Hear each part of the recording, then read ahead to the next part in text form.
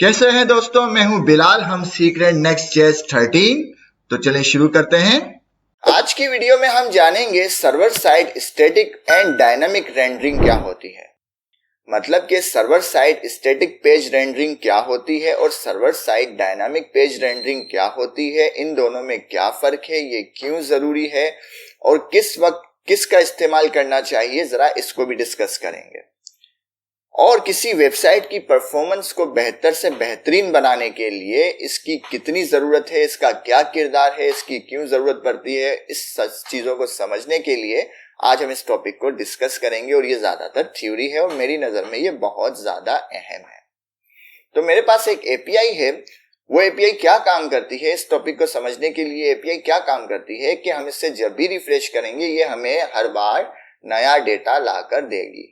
मैं इसको रिफ्रेश करता हूं, इसके अंदर अंडरस्कोप कंटेंट है और अंडरस्कोप आईडी है जो कि स्ट्रिंग है, और कंटेंट है जिसके अंदर कुछ पैराग्राफ है, और हर बार ये जो है हमें एक नया डेटा ला कर देगी। जितनी बार भी ये कॉल होगी हमें डेटा चेंज कर ला के दे देगी। और ये हमारा कोड है, उसके अंदर मैंने कुछ नहीं किया। मैंने एक फंक्शन बनाया हुआ है, डेटा फेच कर रहा है और एक टाइप को डिफाइन की हुई इंटरफेस बनाया हुआ है, और उस डेटा को मैं कहीं स्टोर कर रहा हूं डेटा के कॉन्स्ट के अंदर, वहां पे शो कर रहा हूं। ठीक है। और हमारी एप्लीकेशन के ऊपर इसको रेंडर कर रहा हूं और मैंने एप्लीकेशन रन की हुई है, यहाँ पे ये आ रहा है। तो ये टोटल मैंने कोड किया हुआ है। अगर ये आपको नहीं समझ में आया तो लास्ट वीडियो में ये सारा प्रोसेस हम कर चुके हैं, आप वहां से देख के फिर इससे कनेक्ट हो ताकि इस वीडियो को समझने में आपको आसानी हो और मजा आए। क्योंकि ये टॉपिक बड़ा मजेदार है, जरा सा बोर भी है लेकिन मजेदार बहुत ज्यादा है। और समझने के हिसाब से जिसको समझ में आ गया उसके लिए मजेदार है, जिसको नहीं समझ में आया उसके लिए बोरियत है। ठीक है। तो समझदारी का मुजाहरा करें और बोर ना हो, समझे, एंजॉय करें। तो समझते हैं ये हमारा कोड हो गया, मैंने आपको बता दिया और कुछ नहीं। इसके अंदर सिर्फ एक page.tsx की फाइल है जिसके अंदर कुछ डेटा फेच होकर आ रहा है, वो फेच होकर यहाँ पे रेंडर हो रहा है। अब यहाँ पे जरा एक फर्क देखें कि मैं इसको रिफ्रेश करता हूँ, यहाँ तो डेटा चेंज हो रहा है, लेकिन मैं यहाँ पे रिफ्रेश करता हूँ, यहाँ डेटा चेंज नहीं हो रहा। तो ये Next.js की एक खासियत है कि वो इसको कैशे में सेव कर लेती है। अगर मैं Ctrl F5 करूं और इसको रिफ्रेश करूं तो देखो अब डेटा चेंज हो रहा है। तो Ctrl F5 से कैशे क्लियर हो जाती है और हर बार वो डेटा को नया फेच करके लाता है। बट हमारा टॉपिक है स्टैटिक साइड और स्टैटिक रेंडरिंग और डायनामिक रेंडरिंग में क्या फर्क है। इसको समझने के लिए मैं क्या करता हूं, मैं एक और पेज बनाता हूं। मैं वो पेज क्या है, उस पेज का नाम दे देते हैं पेज 2 के नाम से बना देते हैं। और ये सेम page.tsx को कॉपी करते हैं, पेज 2 के अंदर पेस्ट करते हैं और कुछ नहीं करते। ठीक है। और कुछ नहीं करते हैं, इसको सेव कर देते हैं। यहां तक बात समझ में आ गई। मैं जरा यहाँ पेज 2 को भी एक्सेस करके देख लेता हूं, पेज 2। ठीक है, दोनों जगह मेरा एक्सेस हो रहा है। अब समझने की बात यह है कि स्टैटिक क्या होता है और डायनामिक रेंडरिंग क्या होता है। पहले ये समझ लें। Server side static page rendering या सर्वर साइड स्टैटिक रेंडरिंग का मतलब यह है कि जब बिल्ड बनती है उस वक्त उसकी HTML या उसके पेज को तैयार कर लिया जाता है, रेडी कर दिया जाता है। और फिर जब भी उस पेज पे कोई एक्सेस करता है तो वो तो बना हुआ होता है, वो उसके सामने ले आया जाता है, वो बना बनाया होता है। ठीक है। बिल्ड टाइम के ऊपर जो बन जाए उसको कहते हैं स्टैटिक रेंडरिंग। ओके। और ये सब सर्वर पे काम हो रहा है। डायनामिक रेंडरिंग क्या मतलब है? डायनामिक रेंडरिंग का मतलब है कि ऑन रिक्वेस्ट, जब भी रिक्वेस्ट होगी सर्वर के ऊपर, उस वक्त सर्वर वो प्रोसेस शुरू करेगा, पेज को रेडी करेगा, डेटा को फेच करेगा, और जब वो रेडी हो जाएगा तब वो आपके सामने ले आएगा। क्लियर हो गई बात? प्रैक्टिकल भी करेंगे। मैं दोबारा रिपीट करता हूं, स्टैटिक रेंडरिंग जब बिल्ड बनती है उस वक्त उस पेज को रेडी कर दिया जाता है उसकी HTML के साथ। उसके अंदर डेटा भी जो उस वक्त फेच होना होता है हो जाता है, और उस वक्त वो वन टाइम रेडी हो जाता है, और उस वक्त तक उसमें चेंजेस नहीं कर सकते जब तक दोबारा से बिल्ड ना बने। इसको कहते हैं स्टैटिक साइट सर्वर रेंडरिंग। और डायनामिक रेंडरिंग कहते हैं कि ऑन रिक्वेस्ट, जब यूजर रिक्वेस्ट करेगा उस पेज की तो सर्वर उसको प्रोसेस करेगा, उसकी HTML तैयार करेगा, डेटा को फेच करेगा। जब ये प्रोसेस कंप्लीट हो जाएगा तब वो उसके सामने वो पेज को प्रेजेंट करेगा। तो हम एक पेज को स्टैटिक रेंडर करते हैं, एक पेज को डायनामिक रेंडर करते हैं, और देखते हैं इनमें क्या फर्क है। तो उसके लिए जरूरी है हम एक और चीज को समझ लें। मैं पेज 2 के ऊपर आ जाता हूं। मेरा पेज 2 कहां पर है? ये रहा मेरा पेज 2। ये जो डेटा फेच हो रहा है, इस डेटा फेच के अंदर एक पैरामीटर तो ये यूआरएल है, एक पैरामीटर ये यूआरएल है। इसको एक और पैरामीटर भी हम पास करते हैं जिसके अंदर एक ऑब्जेक्ट होता है। इस ऑब्जेक्ट के अंदर हम मुख्तलिफ प्रॉपर्टी इस फेच वाले फंक्शन को पास कर सकते हैं। वो कौन सी है? मैं कंट्रोल स्पेस दबाता हूं, वो सजेशन मुझे खुद दे देगा कि इसके अंदर इस तरह की और भी प्रॉपर्टी आप पास कर सकते हैं, जो कि आने वाले वक्तों में हम पढ़ेंगे। कुछ आप एक्सप्लोर कर लेना। और फिलहाल के लिए वो है कैश। ठीक है, कैश के अंदर अगर मैं कॉलन लगाऊं और इसको सजेशन में देखूं तो ये हमें बहुत सी और चीजें दे देता है। Default, force cache, no store, only if cached और रीलोड। क्लियर? हम इससे कहते हैं कि ये पेज 2 जो है नो स्टोर कर दे। नो स्टोर क्या है समझते हैं अभी, इसको छोड़ दो, इसको भी भूल जाओ। हमने इसको एक पैरामीटर पास किया ऑब्जेक्ट का, उसके अंदर इसको हमने एक प्रॉपर्टी दे दी कैश, और कैश के अंदर इसकी वैल्यू दे दी नो स्टोर। क्लियर? और इसको कर दिया सेव। ये हमारा है पेज 2। और हम अपने होम पेज के ऊपर आ जाते हैं। होम पेज के ऊपर बाय डिफॉल्ट, अभी हमने यहां तो लिखा तो कुछ भी नहीं है होम पेज के ऊपर, ठीक है, और इसको मैं यहां लिख भी देता हूं कि ये हमारा होम पेज है, ठीक है ना, ताकि हमें पता हो। Home page save. Home page के ऊपर बाय डिफॉल्ट जो है वो फोर्स कैश होती है। मतलब फोर्स कैश क्या होती है अभी हम मतलब समझते हैं, लेकिन बाय डिफॉल्ट अगर हम यहां पे आ जाएं, अगर ये ना भी दें कैश को, तो बाय डिफॉल्ट ये होगी फोर्स कैश। ठीक है, एक पेज को हमने फोर्स कैश दे दिया जो कि बाय डिफॉल्ट भी होती है, दूसरे पेज को हमने दे दिया नो स्टोर। ये दोनों काम यहां तक कंप्लीट हो गया।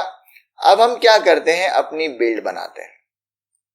आ जाते हैं अपनी, अभी जो हमारा चल रहा था वो हमारा डेवलपमेंट एनवायरनमेंट चल रहा था, लेकिन अब हम बनाते हैं बिल्ड। अब हम बिल्ड, जब बिल्ड बन जाती है हम उसको एक्सेस करेंगे और वहां पे देखेंगे कि क्या हो रहा है। तो बिल्ड बनाने के लिए क्या होता है, npm run build इंटर करेंगे, बिल्ड बनना शुरू हो जाएगी। लेकिन मैंने गलत लिख लिया, npm run build। ठीक है, हमारी बिल्ड बनना शुरू हो गई। तो जब तक बिल्ड बनती है हम इंतजार करते हैं और समझते हैं। बहुत ही इंटरेस्टिंग और बहुत ही मजेदार चीज है ये। अगर समझ में आ जाए तो सोना है, ना समझ में आए तब भी सोना ही है। ठीक है, तब भी सो ही जाओगे बोर हो गए, और समझ में आ जाए तो इंटरेस्ट पैदा होगा। देखो बिल्ड बन गई है हमारी। तो इसने क्या किया, इसने कहा ये सर्कल मतलब क्या है, ये रहा स्टैटिक।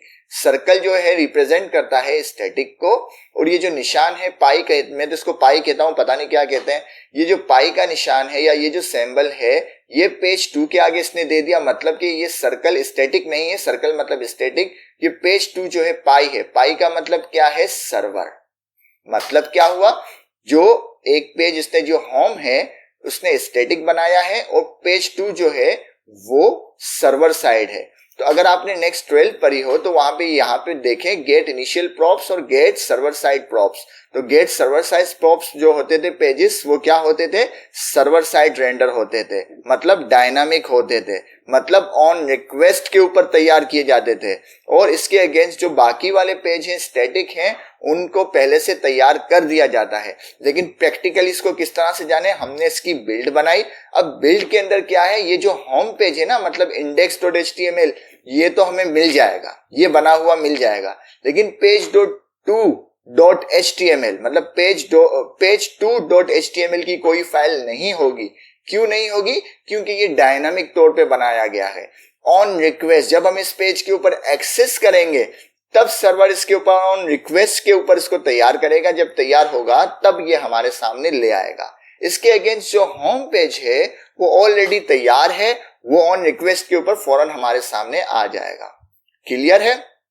प्रैक्टिकल पे आने से पहले थ्योरी जरा से और है। हम इसको देखते हैं बिल्ड के अंदर, और बिल्ड के अंदर नेक्स्ट के अंदर, सर्वर के अंदर, और सर्वर के अंदर आते हैं ऐप के अंदर। तो वहां पे अगर देखें तो html.index तो हमें नजर आ रही है, बट page2.html कहीं हमें नजर नहीं आ रही। क्यों नहीं नजर आ रही, क्योंकि वो डायनामिक रेंडर है। ऑन रिक्वेस्ट के ऊपर पेज तैयार होगा। इसके अगेंस्ट जो स्टैटिक पेज है HTML index.html वो स्टैटिक है। स्टैटिक मैंने बताया था वो बिल्ड टाइम में तैयार हो जाता है। ठीक है, अगर इसके अंदर देखें तो ये हमें मिलेगा ये पेज ऑलरेडी तैयार है, इसके ऊपर सिर्फ हमें विजिट करना है। इसमें वो सारी चीजें बिल्ड टाइम के अंदर डेटा भी फेच हो गया, फेच होने के बाद फिक्स हो गया, बाकी इसको आगे हम एक्सप्लोर करते हैं। ठीक है, तो आ जाते हैं। ये पेज 2 है, ये पेज 1 है। होम पेज हमारा स्टैटिक है, पेज 2 जो है हमारा डायनामिक है। और मैं जरा सर्वर को स्टार्ट करूं, और सर्वर किसको स्टार्ट करना है, अब हमें बिल्ट वाले सर्वर को, मतलब कि अब हम एक्सेस कहां करना चाहते हैं, अब हम यहां पे नहीं आएंगे, अब हमें बिल्ड के ऊपर एक्सेस करना है, हमें इसके ऊपर एक्सेस करना है, ये यहाँ पे .next के ऊपर एक्सेस करना है, क्योंकि ये हमारी बिल्ड है और बिल्ड वाले पैकेज के ऊपर हमें एक्सेस करना है। ठीक है, तो हम क्या करेंगे, हम ये करेंगे कि npm run, नॉर्मली हम क्या लिखते हैं div, अब हमें div नहीं लिखना, हम लिखेंगे start मतलब अब ये बिल्ड वाला पैकेज चलाएगा।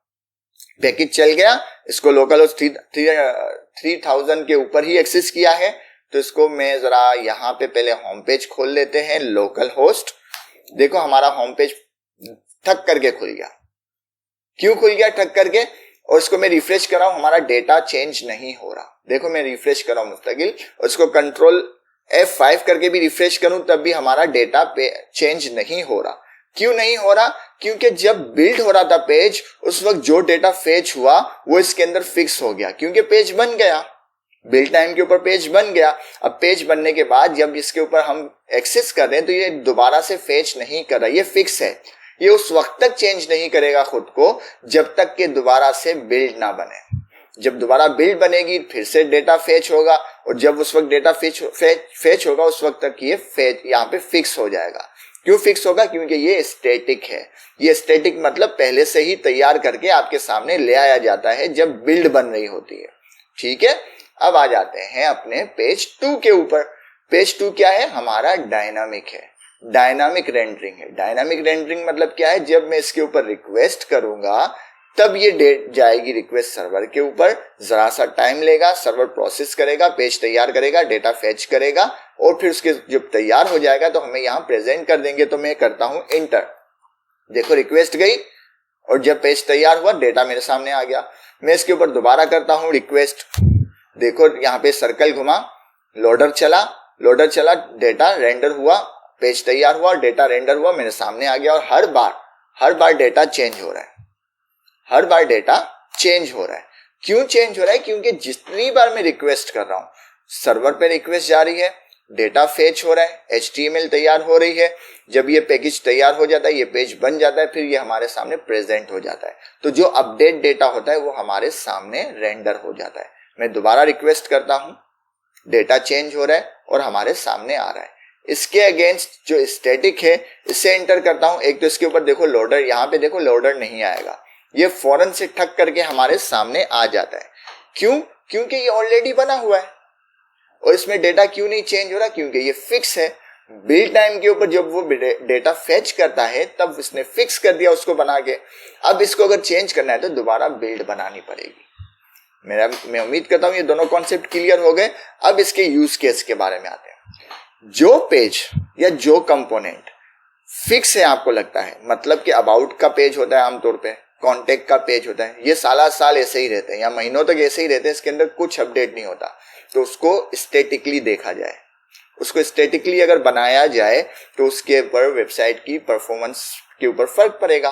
वेबसाइट टाइम नहीं लेगी। अगर इसके ऊपर हम देखें, यहाँ पे मैं दोबारा से एंटर करूं तो देखो कोई लोडर नहीं आ रहा, ये ठक करके खुल रहा है। इसके अगेंस्ट अगर मैं यहाँ पे नजर रखें, ये यहाँ पे, तो इसके ऊपर अगर मैं रिक्वेस्ट करूं तो यहाँ पे थोड़ी देर लोडर चलता है, फिर डेटा आता है। ठीक है ना? तो जो पेज आपको लगता है कि फ्रीक्वेंटली चेंज नहीं होते या नहीं होने फ्रीक्वेंटली चेंज, तो उनको स्टैटिक तौर पे देखें, उनको स्टैटिकली जनरेट करें। और जो पेज जहां पे डेटा आपको अपडेट चाहिए, लाइक कोई प्रोडक्ट्स जो है पीछे जो है उनके रेट वगैरह चेंज होते रहते हैं, डिस्काउंट्स वगैरह आते रहते हैं, तो उनको अपडेट डेटा चाहिए होता है। तो उस सिनेरियो में आप उसको डायनामिक रेंडर करें कि भाई जब रिक्वेस्ट जाए उस वक्त पेज तैयार करो, तैयार करके जो अपडेट डेटा है वो ले आए और उस वक्त जो भी उसमें अपडेट होंगे, डिस्काउंट है, अपडेट रेट है या जो भी है चेंजेस, वो उसके सामने आ जाए। लाइक इसका अपडेट डेटा फिलहाल मेरे सामने ये है, मैं दोबारा से रिक्वेस्ट करता हूँ वो चेंज हो जाएगा कि भाई अब जो है डेटा अपडेट हो चुका है, अब डेटा ये है। इसके अगेंस्ट अगर मैं इसको रिक्वेस्ट करता हूँ तो यहाँ पे मुझे अपडेट डेटा नहीं मिलेगा। ये फिक्स है, ये फिक्स है, स्टैटिक है ये, क्योंकि ये स्टैटिकली बन चुका है। स्टैटिक मतलब ये पहले से तैयार किया हुआ है, ठीक है, बिल्ड टाइम के ऊपर। और ये जो है ऑन रिक्वेस्ट बन रहा है, ऑन रिक्वेस्ट तैयार हो रहा है, ठीक है। आ जाते हैं कोड के ऊपर, दोबारा से एक बार इसको समझ लेते हैं। तो अब समझते हैं नो स्टोर जो है, नो स्टोर क्या करता है। नो स्टोर ये करता है कि ये पेज को डायनामिक करता है। नो स्टोर करता है डायनामिक पेज की रिक्वेस्ट, मतलब कि रिक्वेस्ट जाएगी उस वक्त ये पेज तैयार करो भाई, ये जो कोड है उस वक्त तैयार करो जब रिक्वेस्ट आए, वरना उसकी जरूरत नहीं है। और फोर्स कैशे क्या करता है, ये पेज को स्टैटिकली इंडिकेशन है कि ये स्टैटिक है,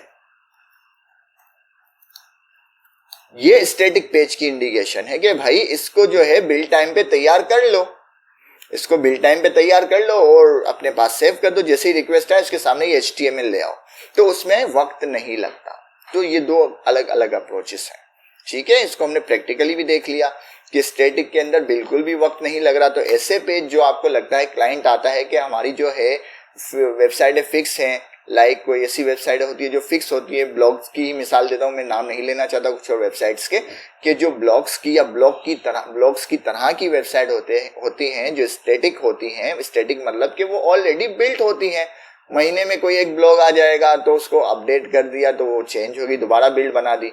तो इस तरह से कर ये स्टैटिकली बनाई जाती है जो ब्लॉग्स की वेबसाइट होती है, इसलिए ये बहुत ज्यादा फास्ट होती है, तेज होती है। क्यों? क्योंकि स्टैटिक होती है।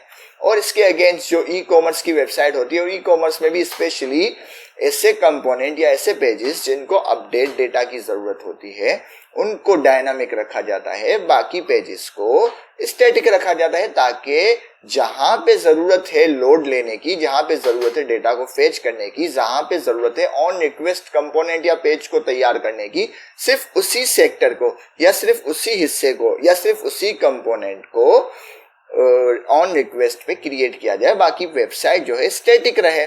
ये Next.js 13 ने हमें मैकेनिज्म ला के दिया है कि एक ही जगह, एक ही प्लेटफॉर्म के ऊपर आप चीजों को स्टैटिक भी कर सकते हैं, चीजों को डायनामिक भी कर सकते हैं। स्टैटिक के अंदर डायनामिक कंपोनेंट भी रेंडर कर सकते हैं, डायनामिक के अंदर स्टैटिक कंपोनेंट भी रेंडर कर सकते हैं। ऑल ओवर आपके ऊपर डिपेंड करता है। तो फिर डेवलपर की जिम्मेदारी बनती है कि क्लाइंट के सिनेरियो को या क्लाइंट की रिक्वायरमेंट को सुकून से सुने, और उसके बाद उसकी जिम्मेदारी है मेरी नजर में कि कौन से पेजेस को डायनामिक करना है, कौन से पेजेस को स्टैटिक रखना है, कौन से कंपोनेंट को स्टैटिक के अंदर डायनामिक करना है, कौन से डायनामिक पेजेस के अंदर स्टैटिक कंपोनेंट को रखना है। ये सब एक डेवलपर की जिम्मेदारी है, ताकि उसका क्लाइंट उससे मुतमईन रहे। और क्लाइंट की बात अगर हटा भी दें तो एक अच्छा डेवलपर जो है अपनी प्रोडक्ट को और ज्यादा एफिशिएंट कर सके, उसकी एफिशिएंट या उसकी प्रोडक्शन को या उसकी परफॉर्मेंस को और ज्यादा हाई पे ले जा सके, जिससे उसकी खुद की पोर्टफोलियो पे बहुत अच्छा असर पड़ेगा। तो आज की वीडियो के लिए इतना ही। उम्मीद है आपको पसंद आई होगी। पसंद आए तो लाइक करें, शेयर करें, सब्सक्राइब करें। मिलते हैं नेक्स्ट वीडियो में। अल्लाह हाफिज।